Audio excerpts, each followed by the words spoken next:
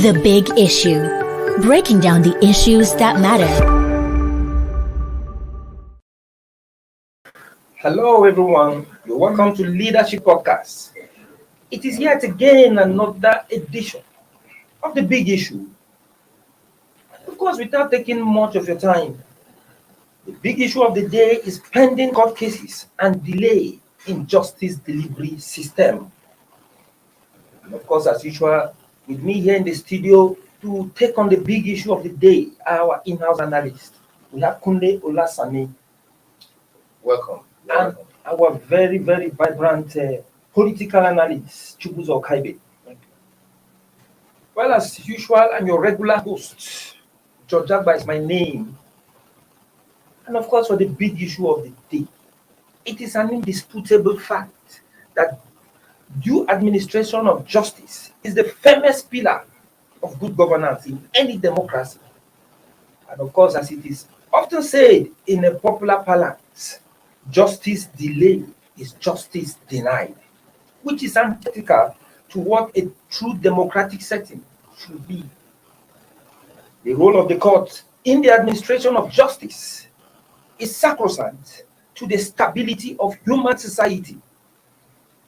The judiciary is ideally regarded as the last hope for the oppressed, considering the lofty responsibility of justice dispensation assigned to them by the society. Well, the idea here is that reports reaching out is that the cases before the Supreme Court has nothing to write home about when it has to do with speedy dispensation of the justice of justice. And of course, according to reports, there are over 8,000 appeals at the Supreme Court waiting to be heard. Quoting a source, Leadership Friday said apart from the political cases that need urgent attention, any appeal to the court now is given a 2008 date for hearing. And of course, only time-bound appeals that cannot wait will be given urgent attention at the court at the moment. Well, the congestion of cases at the Supreme Court is the issue at stake here. And of course, this shows that Nigeria still suffers serious delay in the justice delivery system. With this plethora of cases pending before the Supreme Court, it is clear that there is need for quick and efficient disposal of cases. What are the causes of this delay? Thank you very much, George, for having me. And I would say that there are so many factors that come into play when you talk about delay in justice delivery. And I will blame litigants, I would blame the lawyers, and even some of the judges or justices, because you will see there are cases that ordinarily could be settled between litigants without going to court. For example, if you and I have a case now, there are issues that I believe can be settled without you going to court. But some of them would prefer, okay, let the court decide this matter once and for all. And I remember sometimes ago, the FCT administration, I don't know what has happened to that thing now, Alternative Dispute Resolution, ADR, where when someone brings a case to court, they will call him whether they can intervene. They can use the mechanism of the ADR to intervene and see whether the matter can be resolved without going to court. You understand what I'm saying? Now, if that is in place, you discover that there are so many matters, or some of these matters will not be taken to court in the first place. That is that is that is by the way. But what I will want to say clearly here now is that there are cases that ordinarily should not go to Supreme Court. There are cases that are even frivolous. There are cases that are abuse of court process. Those cases will still find their way to court. So these are some of the reasons why you have congestion in court. For me, some lawyers have argued that certain cases should not even get to Supreme Court in the first place. And I think if that is done, I think it will go a long way to reduce this congestion in our courts. And it is the Supreme Court we know. There are lower courts. Other lower courts are facing the magistrate courts. Yes, other lower courts are facing similar problems. So I think the earlier these issues are dealt with, the better, so that there can be this speedy dispensation of justice. You heard them Kunde very well. We also know that some of the cases that go to Supreme Court are very frivolous cases. And severally, the highest court justices have said that the court of law is not a Father Christmas that should be granting relief that were not sought for in the first place in a lower court, or that are very frivolous in nature. Don't you think that the Supreme Court, it's high time the Supreme Court stops entertaining some frivolous cases that wouldn't even add anything to the justice delivery system? Thank you, George. Well, first of all, I think this whole thing goes back to how we perceive the concept of justice in Nigeria. I think that is where I want to start looking at it from. What is our appreciation of justice and the need for timely dispensation of justice? I think it will seem like we have a poor culture on that. I think we have a poor culture on that. But if we do, that naturally will drive the way we would perceive or address legal matters and legal cases, such that nobody needs to tell a lawyer that you dare not go to a court with a frivolous case if you know that the justice system is going to be very harsh On you, on you. on the penalty. You know. So I think the philosophy of our approach to justice system is quite poor, and I think that is where perhaps we have to start from. Because until we get that right, we just keep going on technical things, we just the technical things, and will not be taken seriously. But having said that, it's funny that you could have it not less than 8,000 In fact, it's about 8,900 and something. pending at the Supreme Yes, Court. it's 8,900 and something. Pending at the Supreme It's Court. about 9,000. And as it stands now, the next set of cases that to get a date will be 2028. For goodness sake, where is justice going to come from for somebody who needs? And if you look critically, the only cases they tend to pay more attention, swift attention to are political cases. Maybe you could argue that there's a timeline involved. We don't want to create a constitutional crisis, Yes. and so we have to address these issues quickly. But these other people too have their own issues. People need to get justice. People need to get closure on issues. So if the Supreme Court continues to, allow these cases pile up and build, it will get to a point. It might get to a point in this country where people would rather, think of justice as not being guaranteed when they go to court, and they begin to take I think it's already or, happening. and they begin to take laws into their hands. So that is a likely danger we might have on our hands if something is not done quickly to ensure that the system is, all of these cases are dispensed with quickly and timely. The Supreme Court can do a quick check on some of these things. I don't know how digital they are now. I know they can be very analog. Well, They still do. that's what I guess. Of long course, time. they're still right. A few They're times still I right. went Yes, to they're court, still right. you They're see a still right. judge having to write They're still right. longhand and all of that. Come on, But most of the time, what they do now is that they ask the judges or the lawyers to put the argument into writing. They file a brief. They do a brief where they will just submit to the Supreme Court and to the justices, and they just argue. They just argue it a little bit, just elaborate a little bit on what they have put down. Then the judges will tell them, okay, we will look at it. They will go in, look at it, read through what parties have filed, then come up with a judgment.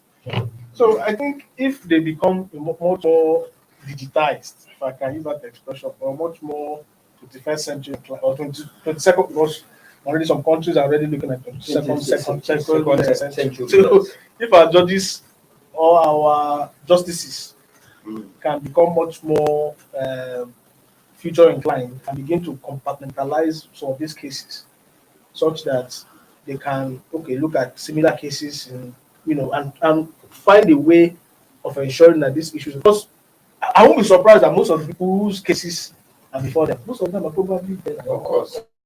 So where's the justice in that? They never some got of justice them- when they were alive. Some of them, the justice they there really demand would have been something. would be very, very You go a immense. long way. And So, by the time these cases are delayed, the idea of the justice they are seeking for service becomes You know, of no moment. Of no consequence. Yes. You know So those are the what I will also say here is I think ADR should be promoted. That's alternative dispute resolution.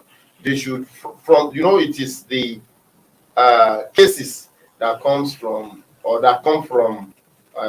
High Court that goes to Court of Appeal and to Supreme Court. I want to believe that if the ADR is promoted from the High Court, some of these cases will not even go to court in the first place. They will not even go to court in the first place, talk more of going to Court of Appeal or Supreme Court. If ADR is, we have a case, now I have a case against you now.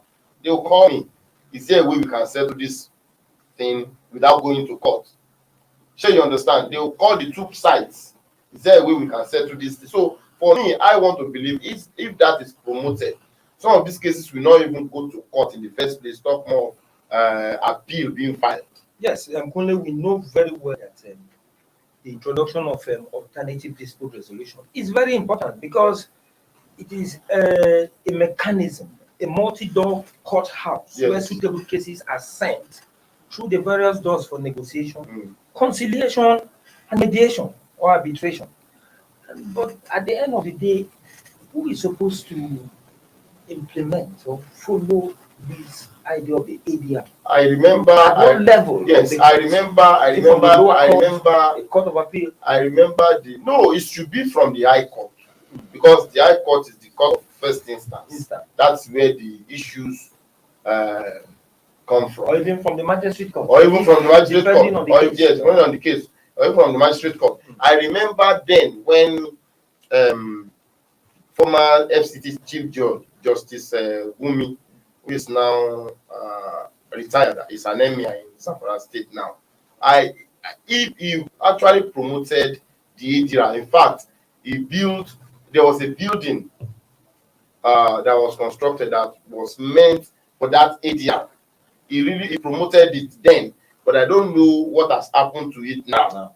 Because the ADR, there are people that will be put in charge to mediate among parties that this issue we can settle without. Some of the things I'm sure some of the things they put before them is they should look at the cost. The money they are going to spend on litigation, the money they are going to spend on lawyers, the money they are going to spend on filing processes.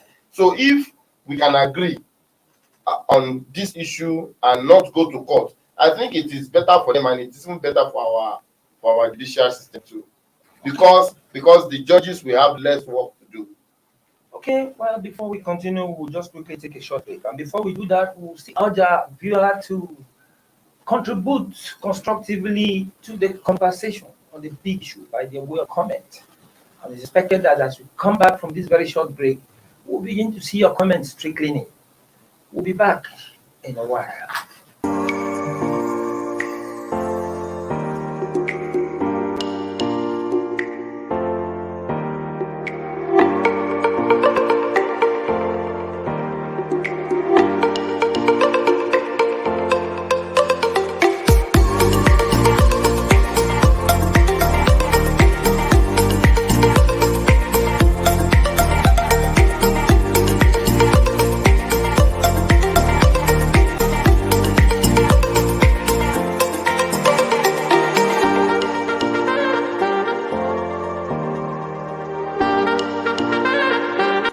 sponsorship, and advert placements, please contact 080-3688-6158. Last Word Leadership Podcast Studio. You have the last word.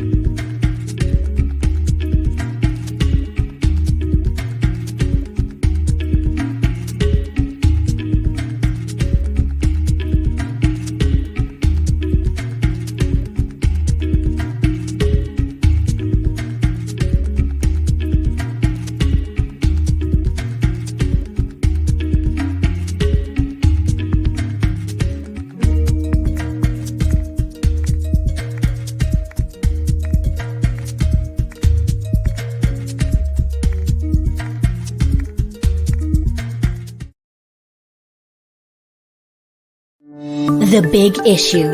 Breaking down the issues that matter. You're welcome back. We're still on the big issue in Leadership Podcast. And of course, the big issue of the day is pending cases and the delay in justice delivery.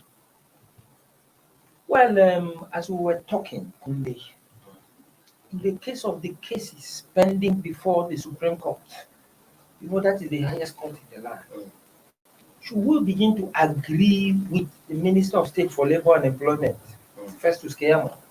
You recall that when he was being screened by the Senate as a ministerial nominee, the popular human rights activist had said that if he is assigned to the Ministry of Justice, he will unbundle the country's Supreme Court for speedy administration of justice. He said he had the idea he called the 3Ds that would be at the heart of judicial reforms, namely the congestion of the Supreme Court, the congestion of prisons, and the congestion of cases list in court. He said the Nigerian Appellate Court is the busiest in the world. And of course, if I might get him very well, he said, which is not even acceptable. He noted that his first task would be to unbundle it. And he said Nigeria as a country is big enough to have 6 regional courts. And he said the case diary of the Supreme Court has been filled up to 2022 already, except for political cases. That was 2000. Yes. So now, don't you think this? Yes. Although most lawyers had come to kick against the idea of him calling for regional Supreme Court. I think what he's trying to say is that the Supreme Court had the 6 political zones. But from the way we're hearing about the plethora of cases pending at the Supreme Court, don't you think what Keyamo suggested before the Senate during the screening is anything to go by? I don't agree with the Leonard Silk. What I think should be done, like Chibuzo said, I feel there should be, some 5 cases just to buy time. Yes, just to buy time. Especially some of these corruption cases, you will hear all sorts of excuses, asking for adjournment here and there. For me, just like Chibuzo said, he said there are no mechanism in place to punish lawyers who file frivolous cases. I believe that if there are mechanisms in place to punish them, some of these cases will not even go to court in the first place. Because these are some of the cases. In fact, there was a time when Alimodu Sheriff was PDP chairman. I remember I covered that case in the Supreme Court then. One of the justices, I forgot the name of the justices that gave that judgment. He said that he said Alimodu Sheriff filed the case in court and just left it there. When they talk about the issue, he will say the case is still in court. Meanwhile, he's not pursuing it. He's not doing anything about it. I remember the judge then said, how can you file a case in court and just allow it to just gather dust? So many cases are in the Supreme Court there that are just gathering dust. the appellants are not pursuing it. They just allow it to be there, so that when I'm dragging an issue with you now, when I talk, you tell me the case is still in court. Let us wait for the. Meanwhile, I am not doing anything about it. I'm not really. Yes. So for me, these are some of the things that could be done to reduce the number of cases at the Supreme Court. Unbundling the Supreme Court, I feel is not the way out. Well, before now, there have always been this argument that the welfare of judges leaves much to be desired. And of course, they said that the remuneration for judges had been abysmally low. But is the trend likely to change now that financial autonomy has been granted to most state judiciary? Remember that some of the state governors now are granting financial autonomy. It's in paper. In reality, it has not been implemented. So let's hope that when they are independent financially, things will change. Because let's hope that when they are independent financially, things will change. But for now, as it stands, what the governors did was just to something that just like what I would call a promissory note. Yeah. We are going to do this. And it was even based on that just the judiciary unions, judiciary workers, when they went on, so it was based on that they called off the strike. So let's hope that when they become financially independent, they will their welfare will be looked into. Well, the reason why I ask is because naturally in every sphere of life, and every work endeavor, every work you engage in, once you have the issue of welfare, when you think of problems to solve, you have financial burden, you know that the creativity in doing that job perfectly will be at its low. You could even bring yourself as a journalist into the matter here. You know very well that you will be worst off when it comes to your job. When you are thinking of most of the financial problems that are piling up before you and how to solve them. People know these state governors, just like Kunle said, will always say this thing in mere watching. And some of them have even come out to say they have granted it. But I think from what Kunle has said and from what we should be observed, I think that thing is just for mere saying sake. The real implementation itself has not taken place. Why are these state governors doing this? Most people have argued that politicians are always fond of keeping certain institutions like the judiciary in perpetual want.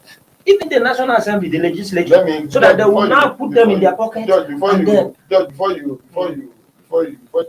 answer that question, let me give you something. Okay. I attended a press conference last week where the CCB, the Code of Conduct Bureau, the chairman, said something. He said there are some that the organization is deliberately being starved of funds so that they will not be able to do their work. Now, the judiciary, so why some of the governors will not want the autonomy for the judiciary is because they want to continually be in control. That is what I feel.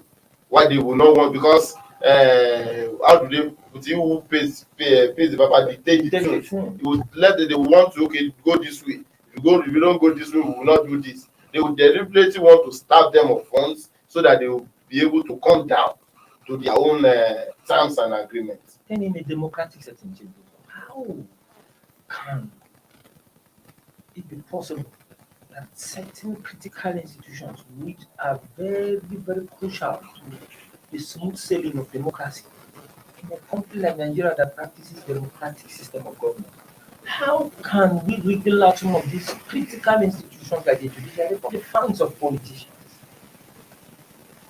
Is the judiciary helpless? Are they that helpless? It appears to.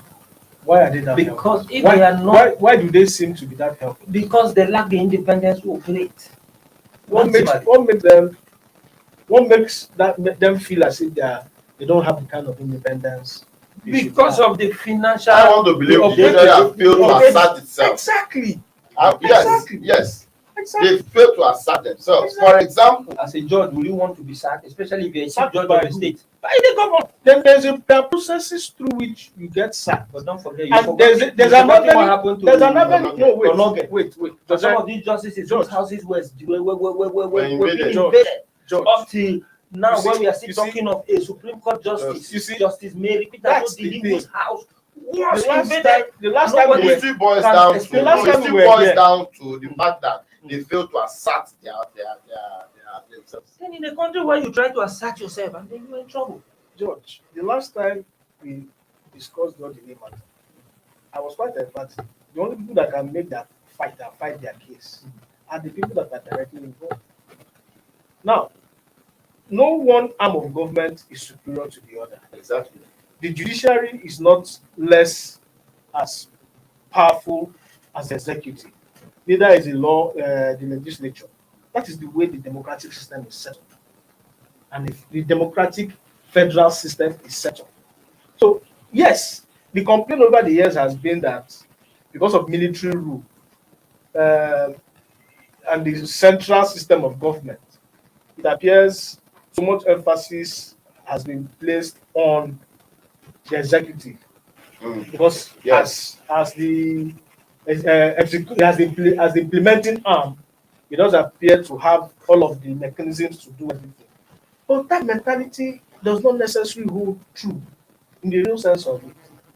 If these other arms of government decide to step up and decide to work within the powers given to them in a democratic setting and as guaranteed in the Constitution, they have as much right to question the activities of the executive. Yes. They're empowered to so do. Most of the things that we are complaining about are in the law and the Constitution, clearly defined. So the fact that one judiciary, the problem is when these things start. I remember when the heat on the sorry to call it heat, the how do I call it now? The drama that's playing out with the people. And when it was happening back in 2015, shortly after 2015 elections or so, 2016 or so. We didn't see the kind of resistance from the judiciary that they ought to have put up. Exactly. If they had put up and stood their ground, then I am not sure it would have gotten to this point.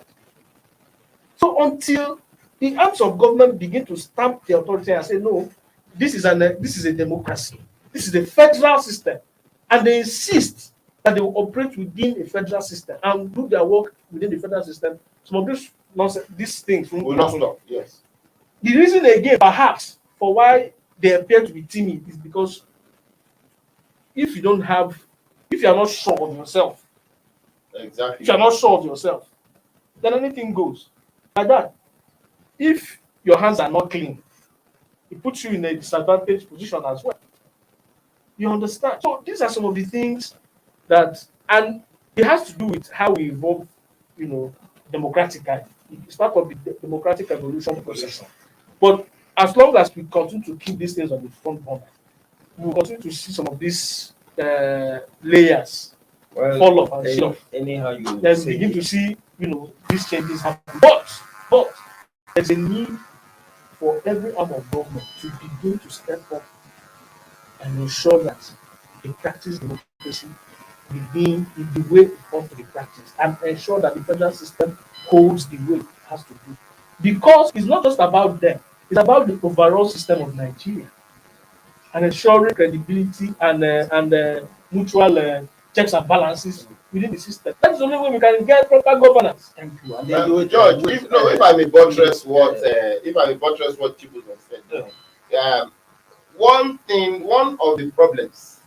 of the problems we are you see this executive harass Bullying judiciary judiciary and the legislature is that like you said, the problem is with them, it's with the judiciary. The problem with the judiciary is with the judiciary.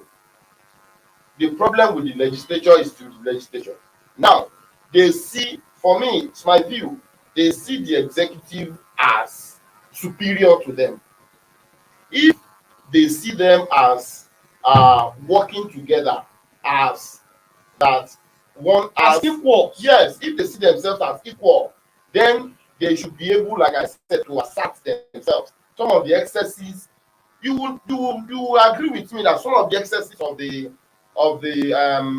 executive, they are not doing enough to check it or to check them. They are not doing enough.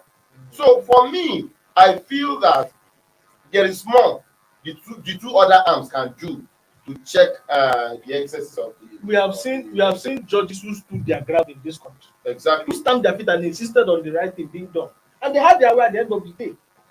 Well, So why don't we have more of them do that? it boils down to the authority of the judiciary, because if we have individual judges standing their ground, we have the NJC. And the NJC is being chaired by the Chief Justice of Nigeria. And at the end of the day, those it's not just about standing in court and see that this is this or this is that. Most of these judges who stood their ground, like in the case of Yaradua versus Buhari in 2007, you had 3 justices who had been dissenting voices: Justice Onoge, Justice George Oguntade, and Justice Miriam Mokhtar Norman, who stood their ground and said that the election that brought Yaradua in power was marred by irregularity and ought to be nullified. It was the Chief Justice of Nigeria who joined the other 3 justices to give it to Yaradua. I watched when the president, himself said the election that brought him to power. Exactly, but the records will show. There's no thing they can do if The records will show. The body that controls the judiciary refuses. The records will show. Judge, let me say something.